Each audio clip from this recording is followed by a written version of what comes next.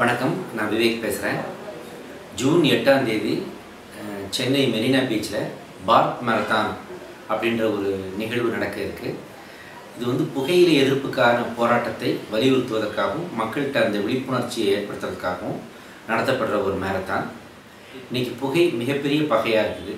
பலவிதமான பொல்யூஷன்ஸ் நம்மளை வந்து நம்ம வாழ்க்கையை அல்லல்படுத்திக்கிட்டு இருக்குது. அதெல்லாம் புற விஷயங்கள்னால் உள்ள நம்முடைய உடம்பை கெடுக்கக்கூடிய ஒரு மிகப்பெரிய பொல்யூஷன் என்னென்னா அது புகையிலை தான்.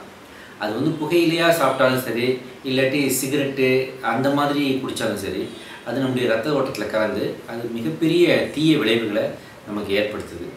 நிறைய பேர் ஒரு ஸ்டைலுக்கு சிகரெட் பிடிக்க ஆரம்பித்து அப்புறம் அதிலிருந்து விடுபட முடியாமல் கஷ்டப்படுறவங்கள பார்க்குறோம்.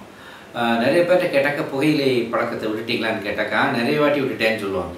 ஏன்னா விடவே முடியாது. அது ரத்தத்தில் கலந்துச்சுனாக்கா புகையிலை மீண்டும் மீண்டும் அந்த அடிக்ஷன் வந்து நிக்கோட்டின் வந்து கேட்டுகிட்டே இருக்கும். அதனால் புற்றுநோய் வருது, லங்ஸில் நுரையீரலில் கேன்சர் வருது, பலவிதமான உடல் தளர்ச்சிகளும் நோய்களுக்கும் ஆரம்பமாக இந்த புகையிலை அடிக்ஷன் இருக்குது. ஸோ மாணவர்களும் இளைஞர்களும் சமுதாயத்தில் உள்ள பெரியவர்களும் இதுவரைக்கும் அந்த பழக்கம் இருந்தால் அதை விட்டுடலாம், இனிமேல் வராமலும் பார்த்துக்கணும். அதுக்கு வந்து நம்ம ஒரு விழிப்புணர்ச்சி ஏற்படுத்தணும். அதை பற்றி மிகப்பெரிய அளவில் இந்த அமைப்பு இதை செய்துக்கிட்டு இருக்காங்க.